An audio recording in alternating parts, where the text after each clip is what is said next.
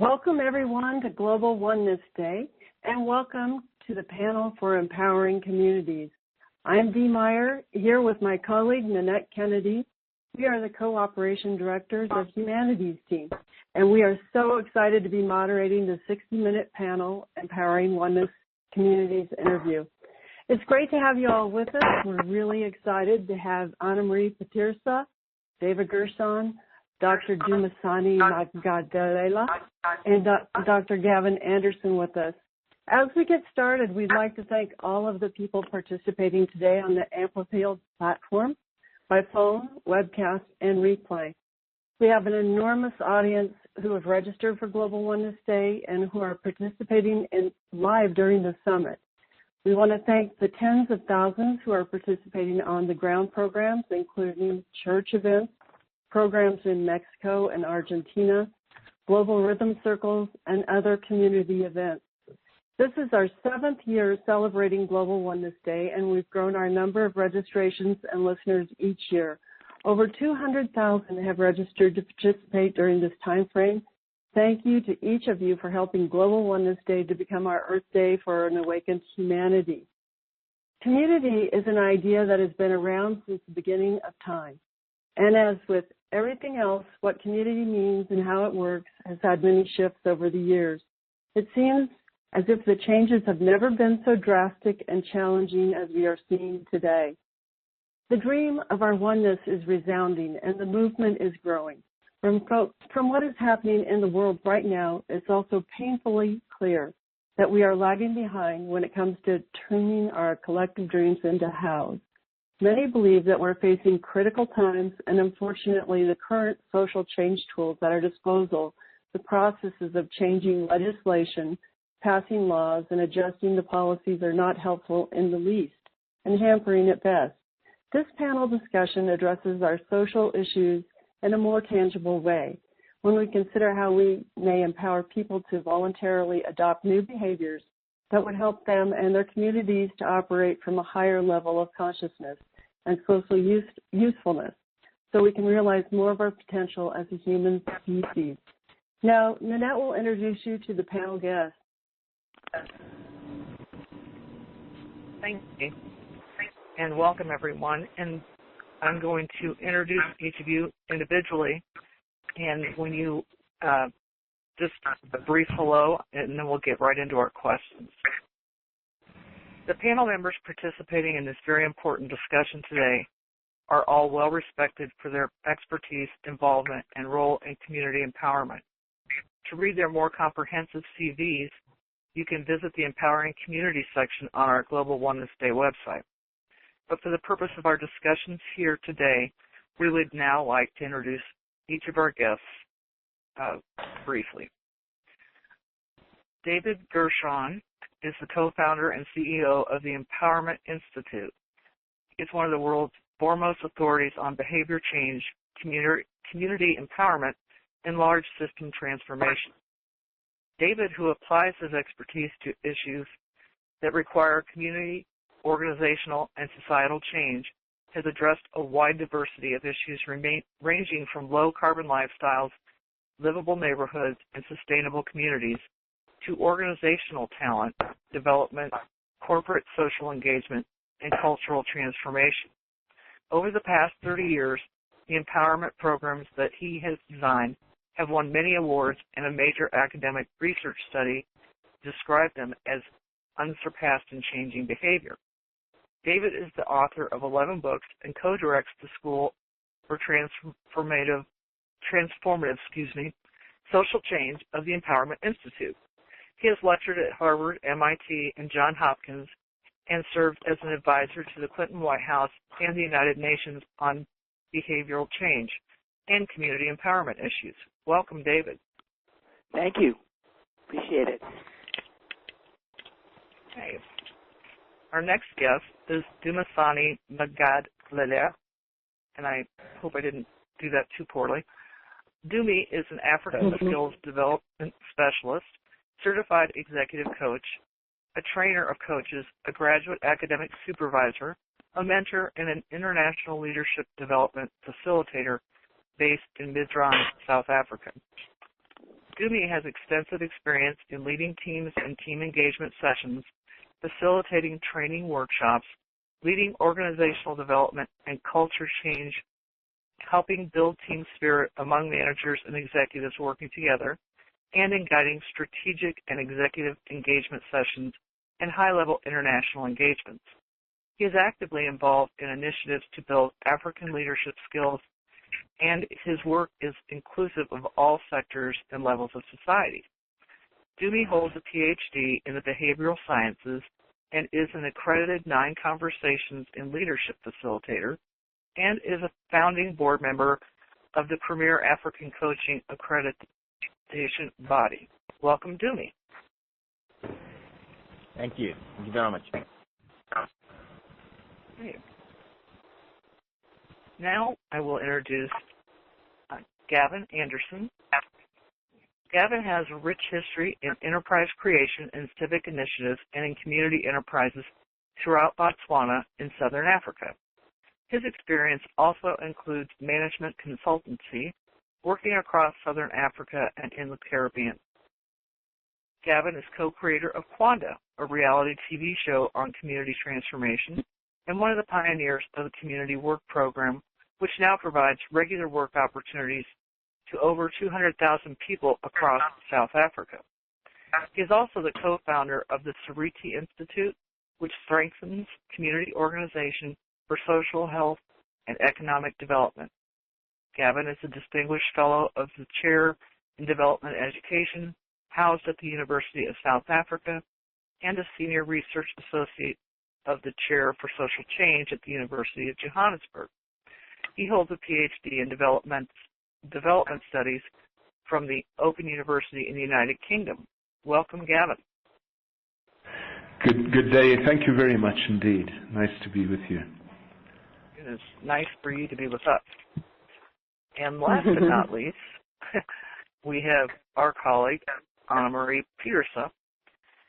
And Anna-Marie has been a full-time volunteer for Humanities Team since 2005, serving as the country coordinator for South Africa, and she is a member of the Humanities Team Core Team and Worldwide Support Team. Among many of the initiatives that Anna-Marie has been involved with within Humanities Team, she is also the co-founder and leader of the Humanities Team Oneness in 12 Spheres of Life initiative, together with Steve Farrell, the Executive Director of Humanities Team. Anna-Marie describes herself as having a humble passion and respect for Africa's oneness, Ubuntu, that she is committed to as a lifelong student. Anna-Marie feels especially drawn to ancient African cosmology and specifically the story of Ma'at, African symbols, and indigenous knowledge that form part of Ubuntu. It is a great honor for Anna-Marie to have been the producer of this distinguished panel over the past number of years, and through this to bring Ubuntu to the global stage as Africa's gift of oneness to the world, as she puts it. Welcome, Anna-Marie. Wonderful. It's a great pleasure for me to be here. Thank you, Dee and Nanette. You are welcome. Dee will now begin the questions for our guests. Thank you, Wonderful. Nanette. We're allowing 4 to 5 minutes for each person to respond to the questions brought to them, and our first question goes to David Gershon. As a backdrop and introduction to our discussion on the question of empowering communities, it may be valuable for us to look at the main events and conditions that are shaping the community landscape currently. There seems to be a lot of instability in the world right now. Years ago, community was very much contained. How is community changing, and what are the main change drivers in the world right now, and what are the main challenges that leaves us with? What are the aspects that you're particularly drawn to and that you are addressing with your work? Thank you, Dee, for the great question and big question.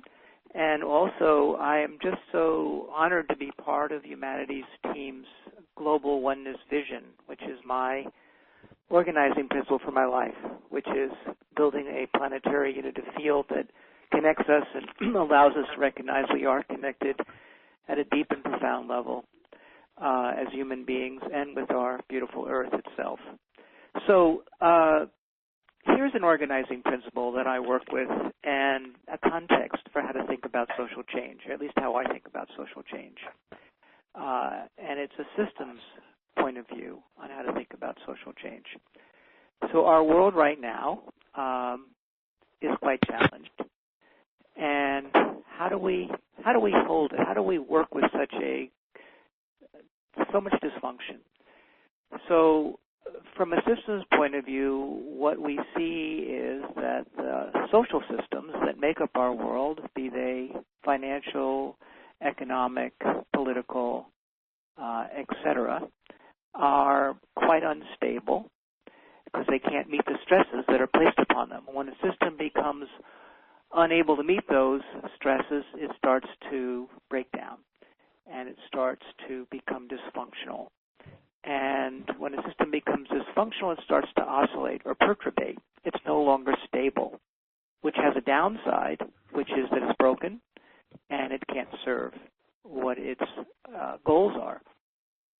But the upside is that it also creates, from a systems point of view, an opportunity for what's called second-order change, which is moving a system to a higher level of performance and social value.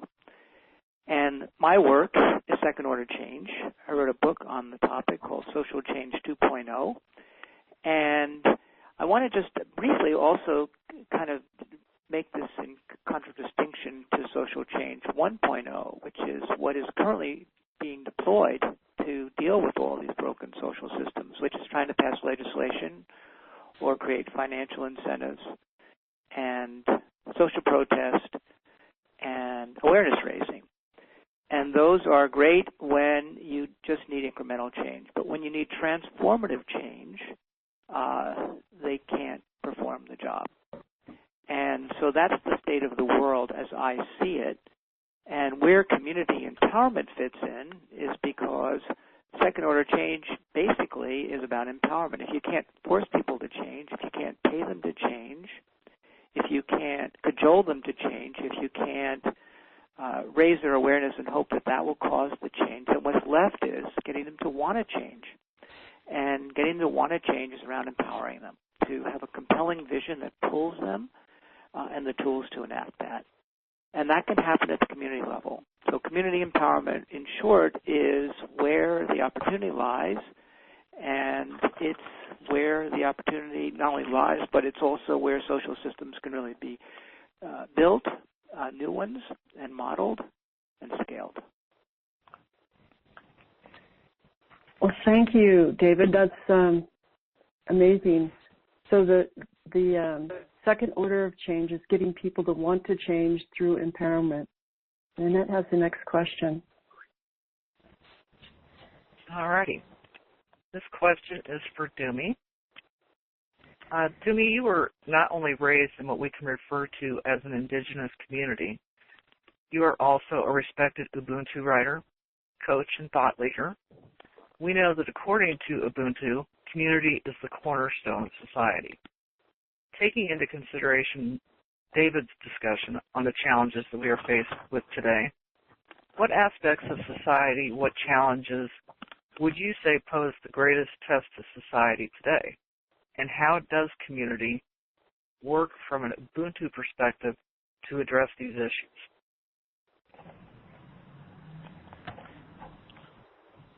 Wonderful. I just want to start again by greeting everyone and appreciating the space and the opportunity to be in each other's voices and in each other's presence through our voices, and say thank you, David, for a very profound opening around understanding the dynamics of the change, especially on the part you mentioned about transformation.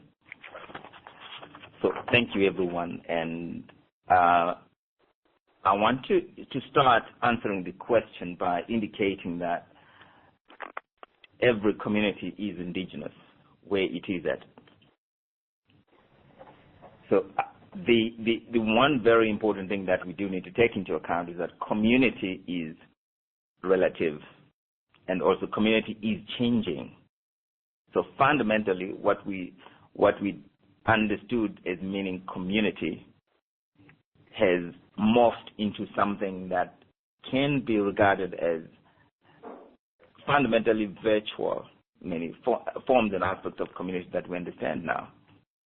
But I'm going to address this more as a community leader, where I lead a village and communities where there is not much virtual engagement except through telephones, but more physical, present, face-to-face, energy-to-energy engagement among different people. Yes, community is the cornerstone of any and every society that we can imagine as humanity. So the aspects, in my view, of what we call challenges or threats in building the kind of society that humanity desires today. I mean, one of the greatest threats to that is, I've got three of them, and I'll sum them up very quickly on that. The first one is the inability to see ourselves in the other, and what I would call the stubborn blindness of chasing individualized or sectoral or group interest outside of the greater good that humanity aspires to. The second one is the continuing primacy of valuing the individual above and over everything else, especially the collective good. And I'm fascinated to hear more from David on this one. Individual versus community, individual versus collective, and how over time, really, through what we can call Western civilization, we prioritize individual values in organizations. Just look at our performance review systems in organizations. And that, to me, is still one of the greatest threats to building the kind of society that the world needs today. And the last one is the images or versions or understanding what real leadership is at the community level. With prioritizing dominance and submission, dominance, and emphasizing that you must dominate, you must conquer, and must win. And those messages that we still hold dear in many boardrooms, even in many community meetings, they're there. So I want to end this little bit by saying that from an Ubuntu perspective, the question that we are asking now, and I'm asking this in one of my books that I'm writing now, called Ubuntu Intelligence for Smart Coexistence, is who gave me the eyes I see the world with? And I tackle that in borrowed eyes that we use to see our world and to engage with our world. We have an opportunity through this amazing platform that you guys are leading to create something else. And the onus is on each and every one of us.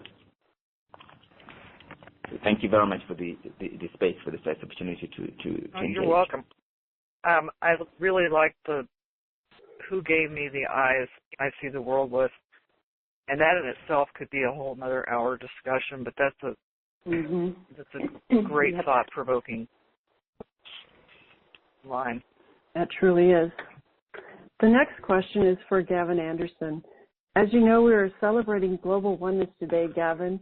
Many people are put off, scared by the concept of oneness for a number of reasons, with one of these being that we are perceived as not being free within this oneness. You've come up with the concept of unbounded organization. Where does the idea come from, and how does it work? How does it play out with the empowering of communities? Thanks for the question. And like David and Dumisani, I'm really honored to be with you today. In one way, talking about unbounded organization or unbounded organizing is a bit like preaching to the choir, because I looked at your website and a lot of what Humanities Team stands for is what I've written about in my book on unbounded organizing in community.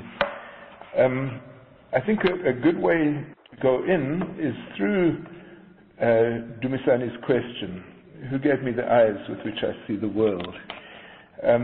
From around the middle of the 20th century, we've become used to a way of organizing, a particular way of thinking about organization, which which I've called bounded organization. So in business schools, we learn about all those within an organization working for a specific goal, following rules and values. We talk about the organization's members or their staff, and everyone else is outside the organization. So we talk about an organization's core competence, its competitive advantage, its unique selling proposition. So the thing about this is that we start to get a kind of learned disability where we can only see the world through the prism of these different organizations. And we stop seeing ourselves as part of a family of organizations, and we focus so much on the organization's purpose and reason for being that we view all sorts of things that are actually the common concerns of society. We see them as externalities, as being outside our immediate power to influence within our organization. So our organization, somebody on the line there, our organizational perspectives that come down from history, from thousands of organizing together, get obscured, and we unable to see what is a common quest and need for all of us. So at the moment, you can have really wonderful organizations, inspirational, but who neglect an issue of climate change or racism or inequality in society. All of the big issues, these aren't our problems. Yeah. So the idea of unbounded organizing is really to work across existing organizational boundaries, to link across cultures, across geographies, and to see how we each individually and together contribute to creating the world that our children and grandchildren would love to be in. Beautiful, thank you. You know, it's difficult to even see the boundaries sometimes within an organization. Yeah. Did I interrupt? Did you have more that you wanted to say? No. But Peter Drucker talks about our world as a society of organizations, and I think that's true. But you know, when David was talking about systems, the thing that if you focused within an organization, it's very difficult to see what is the need for transformative change in this system, which contains many different organizations. So it's like a different way of seeing, and then obviously from there a way of organizing. I'm done. Well, thank you, Gavin. I want to just mention to everybody, especially if you're just tuning in, 3 of our guests are phoning in from South Africa. Sometimes there's some interference, and we apologize for that, but technology is what it is. And now I'm going to ask, if you're not speaking, to put yourself on mute. And with no further ado, this question is for Anna Marie. Anna Marie, you have a particular affinity for self-empowerment. And my screen just flipped. Technology. You have a particular affinity for self-empowerment and the psychology of community. What, according to you, are the main challenges and solutions to self-empowerment today? Thank you, Nanette. Oh my gosh. I mean, this question is just as big as all of the others were to all of the other panel members. But first of all, I also want to say that I've come to know a little bit about each and every one of our panel members. And I'm really so grateful to hear your wisdom, you know, to learn more from you, but hear in your own voice. That makes such a difference. It's different to reading about all of this and reading about the books and the work that you're doing. So thank you so much for being here. Yeah, so to answer this question, obviously this may sound so simple and so basic, but this is the basic question for me when it comes to the challenge that is out there that we are faced with. One of my mentors is Andrew Harvey, who is also the author of the book, The Hope, A Guide to Sacred Activism. Now, one day during a panel discussion, I heard him suggesting that we are not here to follow our bliss, but rather to follow our heartbreak. And I remember that proposition really touched me, and it made a lot of sense to me. And I can see that for many of us, our challenges become the fuel for our dream for a better world. And I think this touches on what you said as well, David. In my own life, I really wanted to figure out why we are suffering so much and how, we all want to change this. And I can see that it was inevitable that I would become so passionately involved with our Oneness, Ubuntu, spirituality, our African cosmology, and psychology. So one of the main challenges to self and community empowerment for me remains the breakdown of the very fiber of society, which is the family. This is something that I feel so passionate about. A child that is born into a broken family faces huge challenges in developing a healthy and positive self-identity and to pass the various stages successfully. On the one hand, there are the physical things that are so important when it comes to positive family environment, such as proper housing and all of the things, all the amenities that we all want. Here in my home country, millions of people, unfortunately, are living under dire physical conditions. And I know that this is so for many places in the world. This is the world that we know. But then there are other interrelated and interconnected issues that place the fabric of the family under severe strain, such as teenage pregnancy, absent fathers, the phenomenon of children having to take on the role of parents and caretakers, grannies who are overextended when it comes to taking care of the young ones. Poverty is the order of the day, and I sense that many people are feeling powerless with all of this having an impact on education, rise in substance abuse, violence, juvenile delinquency, and all of that. So we are speaking about gross dysfunction and disconnection here. So, well, of course, there are many possibilities when it comes to what the solutions may be, and obviously we will never come far if we don't address these very physical and dire conditions. But personally, because of my understanding and experience that the world is created from within, I like to play a role in helping people to change the way they look at life, in giving hope and playing a role in people reclaiming their power.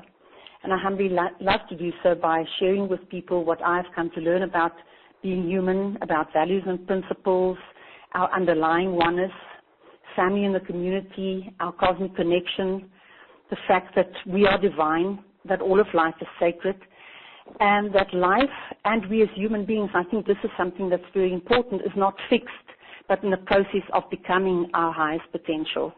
I think this idea helps very much. So change for me, as you also said, David, starts with a dream. And it's about nurturing and growing the dream and passing it on to others who also believe in the dream, and in creating a critical mass of people who believe that change and a better world for all is possible. People who choose not to be pessimistic and cynical and all of those things, people who believe in hope. So I really believe that this is essential to changing the things around us. And as you propose in your 7 actions to effect change, David, I strongly agree that we need to empower the children. This for me comes back to the whole thing about family, and that children are the ones that we really should care for. We need to pass on this dream and the story, and for me, the story of Ubuntu to our children. We simply cannot raise another generation of children with no hope for their future. So I'm happy to say that Humanities Team South Africa here is in the process of developing an online Ubuntu program for learners as part of our dream to develop a critical mass of Ubuntu keepers. And I can imagine it's not going to be easy, but this is our dream. And so we really hope and intend that we will achieve this dream and goals of ours, and that more and more of us will remember or become member again of who we really are. Thank you very much. Thank you, Anna Marie. And I wanted to just add something that Neil Donald Walsh our founder, says something that when you were talking made me think of it. And it's that no one does anything that is quote unquote wrong given their model of the world. And when you're talking about, the way that the profound poverty and those kinds of things, those are the things we've got to change so that their model changes, their model of the world. And I think it's also when we realize, and this, this comes to the Ubuntu and the oneness thing, is that when we realize that we are all in this together, we're all only human. I think this is where, because I think often we look at one another and we look at the other and think that that person is not human, when you see the things that they do and the decisions that they make. But we are, in the end, all human. As Dunia, I think you would agree with me. I think in Ubuntu, we look at the world and we say, in a sense, we are all innocent. Isn't that so? It's hard to believe that, but that is also true.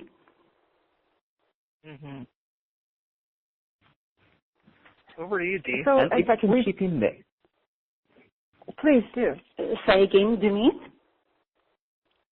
Yeah, thanks, Anna Marie. I feel fuzzy and warm listening to you talk about that now, and this is wonderful. Thank you. I wanted to add something about Ubuntu that I think many people misunderstand, that they think it's just something about a fuzzy feeling you have, just huggy and be all nice to each other.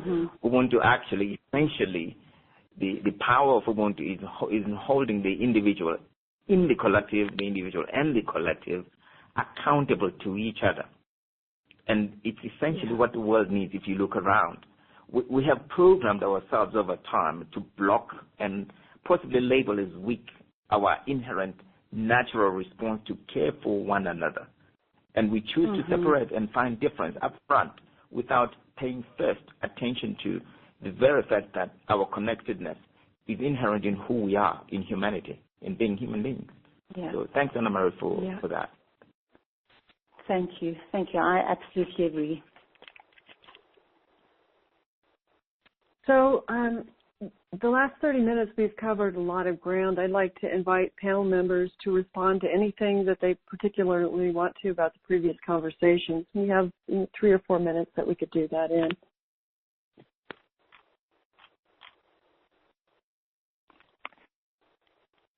Well, I'd like to say something. It sort of is transcendent of any one person's comments, but it's the humanities team theme of global oneness.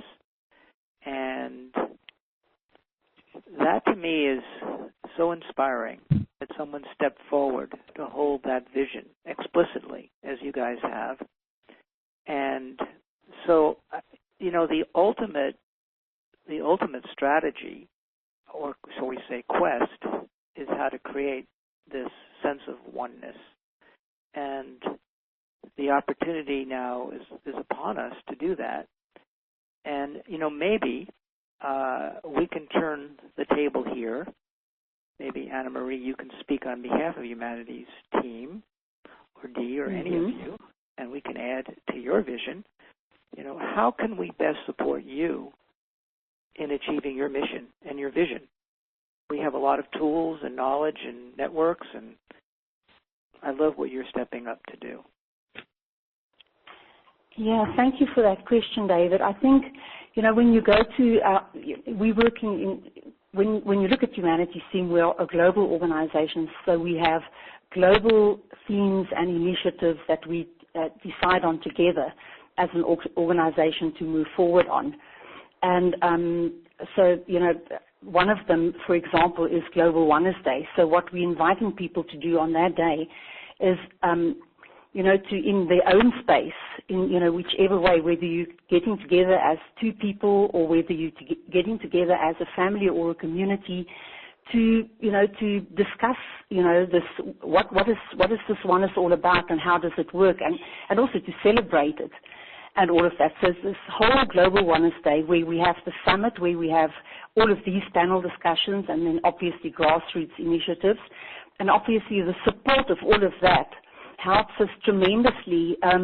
It's amazing that this virtual organization, as I shared a little bit about earlier, that, and Nanette and Dee can confirm this, but it's just simply amazing that there was a day when we started out with a few people with this dream, that one day there was a Team for Humanity, and today our global Facebook page grows by between 9,000 and 15,000 people per month. That is simply phenomenal. Now we realize that within that sphere, obviously, here are people all on their own journey, and we're all on a different place, but we're all human, but we are all following that dream. So on the one hand, I think, to help us would be to keep fueling that energy. And then, we have a lot of other initiatives. Nanette, maybe you can share a little bit here about the initiative of Awakening Day. You can share about that briefly. And then another big initiative that we've just shared on a global level as well is our Conscious Business initiative. Maybe, Nanette and Dee, you want to share a little bit about that, but surely it's the support of those initiatives, that makes us grow and that makes this movement grow, because we are not members. People don't belong to this organization or movement. We are simply people who are following the dream of our oneness. Over. Thank you. And Anna Marie, one of the that you mentioned is that we have another program within Humanities Team called the Evolution Revolution. And every 12th of the month is a day that we set aside called Awakening Day, and that's something you can do with yourself, with you and your kids, you and your grandkids. You can do it with a big group of people, but mainly we go around doing kind acts, leaving the 5 steps to peace, which is a major tenet that Humanities Team uses. And this is an interesting conversation because our theme for this Global Oneness Day is to see the divine in life and stand in the shoes of the other. And when people ask me about Humanities Team or any project we do, I always say it's like the golden rule. That's what we try to practice. And the golden rule is available, or a tenet in almost every faith system on the planet. Yeah, I think in a way Humanities Team is the manifestation in a way, but maybe in a virtual way, and then obviously it goes down to the ground of creating new communities. And it starts with the individual, coming across this dream of, oh my goodness, it can be different. And then, trying to grapple with how do I make this possible within my own life, with me as a person, and then within my family and my community. And then, just living your highest beliefs instead of as a denial of them. In that way, we create new communities. And I mean, obviously, it's a process. It doesn't happen overnight. But certainly, we get very despondent when we look at life. But I'm definitely, when I look at the growth of the movement of Humanities Team, I'm definitely inspired and hopeful. So thank you for that question, David. You're welcome. Thank you. And the next question is for David. Affecting change on a small scale is one thing, but you've been well involved with affecting change on the large scale. What is it that has made it possible for you to be successful in this arena? We noticed that you have a blueprint for designing transformative social innovations and large-scale societal change. Can you please share more about this? My pleasure. My favorite question. So I would say, in a nutshell, what has allowed me to have some successes in large-scale change is that I'm a dreamer. And what I mean by that is that I really just see anything as possible. And I go after the biggest, boldest dreams that I feel are needed for humanity's evolution. And I have a good social learning mechanism, so I stay with something long enough to figure out usually how to make it work, or find another path if that's not working. So, I mean, that's what you might call the being state that I bring to these kinds of issues. And right now, now I'm working on another large initiative. I call it Reinventing the Planet. And it's a large-scale strategy to fundamentally reinvent all the systems on the planet, enabling them to become high-performing. And I mean, it's a big thing I just shared with you because it's got a 4-part strategy, and it's a. But the larger point is that there's a moment in time now when we have to dream big. We have to go for the biggest dreams possible. The world is totally ready, and it's up to us to step into that space. And transformative social innovation is the mechanism that enables that, because what you need to do, what I needed to do, and what I try to teach people to do is design these transformative social innovations that can fundamentally enable second-order change, that are transformative, that do empower, that can scale, that can achieve large-scale behavioral change, which is my definition of second-order change, large-scale behavior change at scale, where you can fundamentally have all the outputs you're looking for around the type of social issue you're taking on, whether it's carbon reduction or poverty alleviation, where you have clear metrics that demonstrate people have changed behavior, and you can scale it. So, I mean, that's a lot of, context without a lot of the how. But I would say, in a nutshell, the how is the same thing that I'm sharing at my level as a change leader, which is giving people the ability to dream, helping them build visions, and then giving the tools to enable those visions to come into reality. That's how I think of empowerment. And people all want to improve their lives and improve their world. So there's a lot of receptivity to this if we can deliver against it. And I think that's where a lot of our change leadership needs to focus. Thank you, David. Humanity's team has a big dream, and we're going after it. It's the Conscious Business Declaration. We're trying to shift the way the world does business, shift the way we can manifest a happy, healthy world. And people, if they're interested, they can go learn more about it at consciousbussinessdeclaration.org. So thank you so much. You're welcome. Let me just comment on what you just said, if I may, before we move on. Sure. Another thing I like about you guys is you are unfettered in your idealism, in your willingness to just put out big ideas, not knowing exactly how, because you don't need to know how, you just need to know the what, because the how tends to work itself out if you stay with it. So I applaud you for taking on yet one more amazingly important and challenging topic humanity has to figure out. And, one of the things that Humanity's team does is it collaborates in big dreams. Right now, the Conscious Business Declaration was brought to being through Humanity's team, the Goy Peace Foundation, the Club of Budapest, and Case Western University. So it's a lot of people coming together, a lot of bright people coming together to make this happen. Count me in. I've got some ideas on that if you're interested around this notion called corporate social engagement that I'm working with companies around that might be helpful.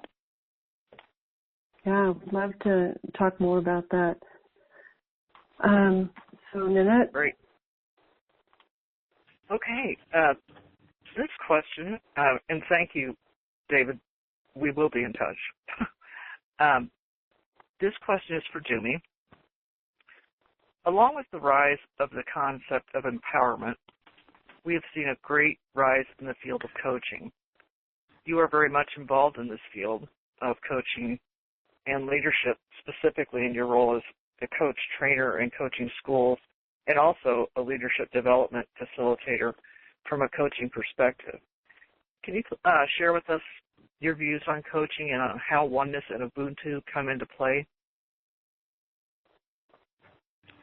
Thank you. And just a note to David, thank you very much for the question. Thank you. To David, I could listen to you for days.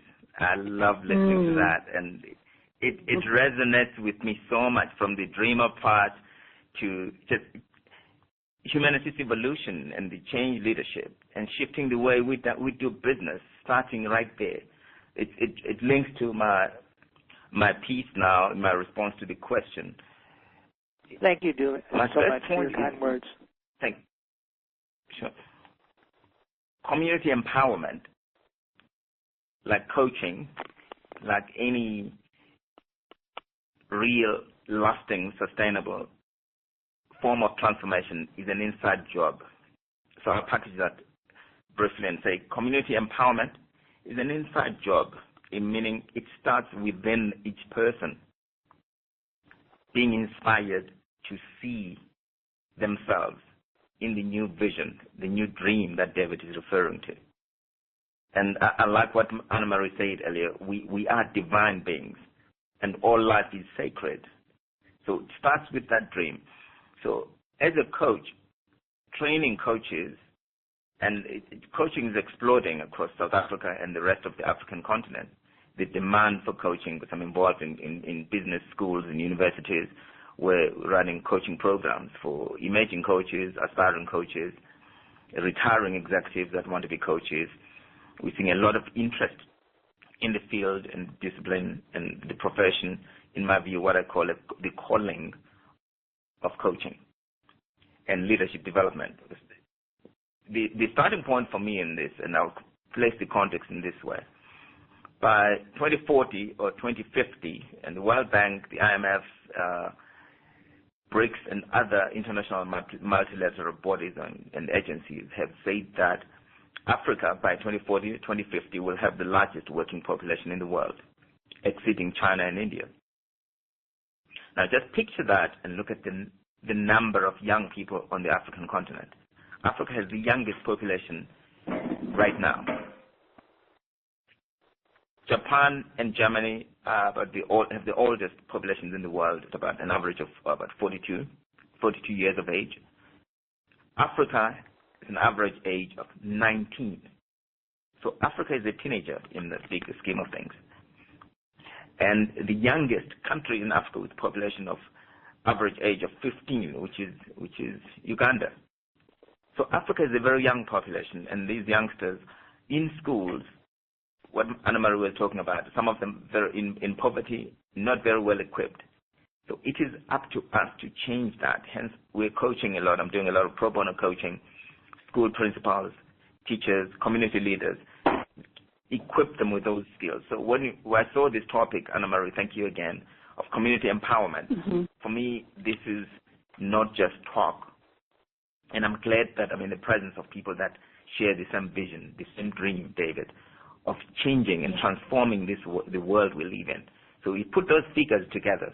You see that we cannot rest. We have to do more, each one of us. So as a coach, I'll do my bit.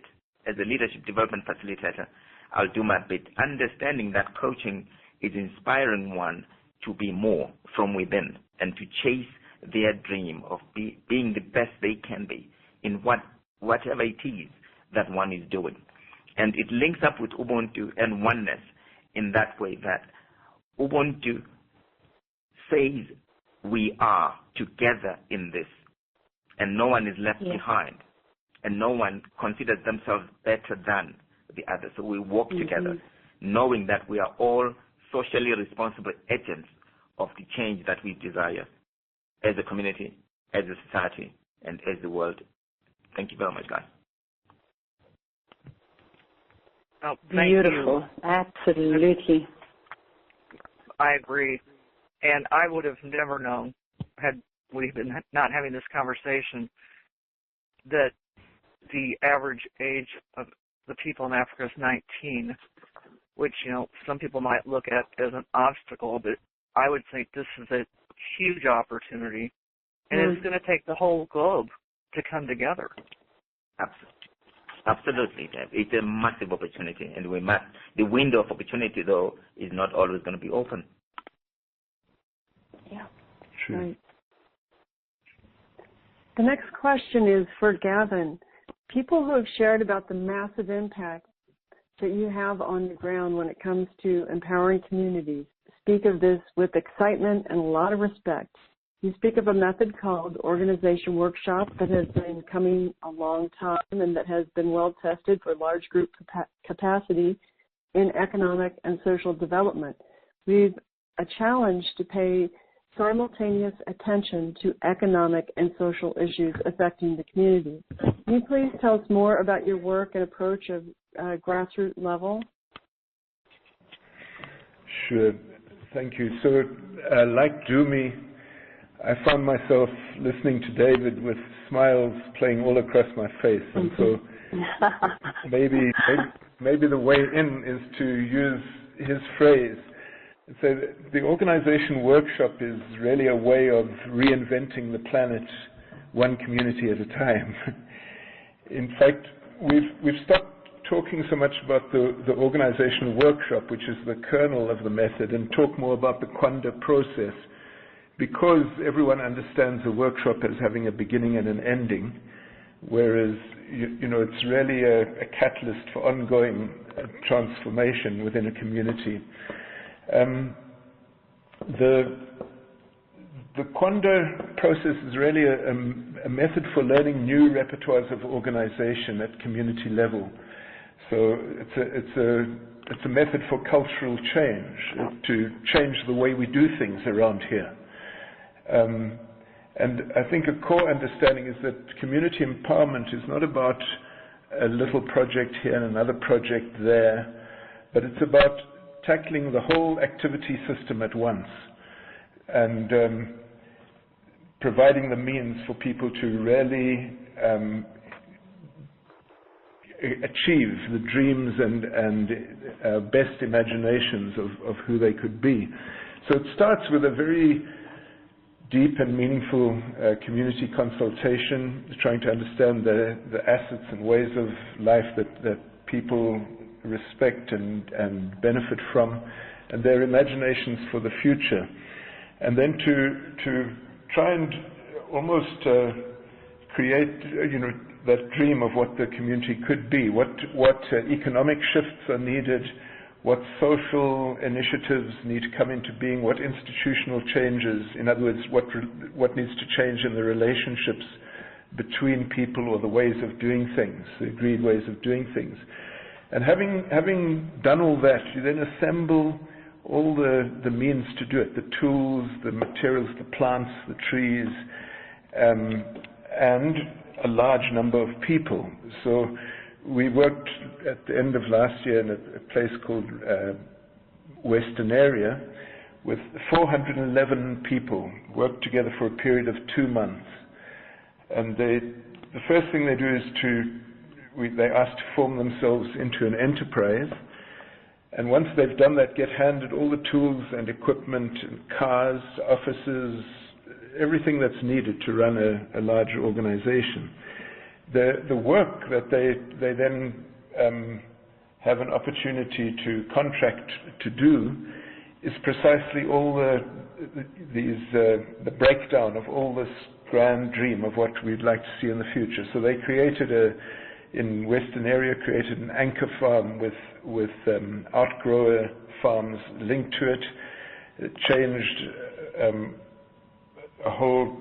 several creches that were very basic and minimal. They rebuilt and created fantastic spaces, started new sporting activities, formed about 11 different enterprises providing work for about 230 people, brought new ways of relating between local government, the mining companies, and community organizations. So, all right, so I'm going a little fast. We assemble all the means for people to do work. They then contract to do work at market rates. But that contracting now takes them to a space they haven't been, because when you have 14 or 15 different initiatives to be organized all at once, that's an extremely complex organization. And so people bump up against their own kind of capability or lack of capability. But then every day we run a learning session on theory of organization, which starts with our earliest organization. Sorry, come in. I'm sorry to interrupt. This call has gone by so quickly. We're running out of time. And, out of time. So I just need to say thank you for that. And Nanette, over to you. It's amazing. We'll have to have you back on for a full hour, each of you, because this is we're just touching the tip of the iceberg. So Nanette, that is clear, Dee, isn't it? It is. It's just been a delightful hour, but it's flown by. Yeah, it's amazing. It's like, oh my gosh. Yeah, it's simply amazing. But it's always like this, I mean, and we have such beautiful people on this call. So, yeah, it's just amazing. Yeah, it is. I would like to give everybody like 30 seconds to say how people can get in touch with you and your work. And we can start with David. Yes, well, you can go to my website, empowermentinstitute.net, and I think my book would probably be helpful to people, Social Change 2.0, if what I've said is resonating. And I want to just plant one other seed, a quick visit that I did to South Africa, a number of years ago. We planted the idea of reinventing South Africa, building second-order change capacity across the country as a counterpoint to the frustration with the 1.0 change strategy that's in play. So I'm happy to have a conversation with any of my South African friends about that strategy. And we've got an initiative there called Imagine South Africa that is starting to feed that idea. So it'd be my pleasure to continue the conversation with any of you interested in that. Absolutely. Thank you for the invitation, David. You're welcome. And Dumi, how can people get in touch with you? Thank you, guys. Yeah, thank you, guys. Find me on my email address is dumi@netactive. Is one word, dumi@netactive.co.za. We'll have a new website by November, and we'll be launching my book called Ubuntu Intelligence for Smart Coexistence, and it's aimed at young people around the world. And follow me on Twitter if you can. It's @CoachDumi1, the number 1. @CoachDumi1. And I'm looking forward to connecting. David, I'm going to find that book, and I would like to contact details. So everyone else, thank you so much for the space. Thank you. Gavin, how can people be best in touch with you? Okay, so our website is www.seriti, SERITI, seriti.org.za. That's the website. There's a book published by Dignity Press that I've written with Howard Richards called Unbounded Organizing in Community. That you can get on Amazon, and that's, like Dumi's book, is also written for young people, but it tries to share some of the ideas we touched on today. I'd love sometime to get into the same room as David and Dumisani and chat for more than 1 hour together. It's been very great. It's been lovely. Thank you so much. Thank you. Anna Marie, last but not least, how can people get in touch with you?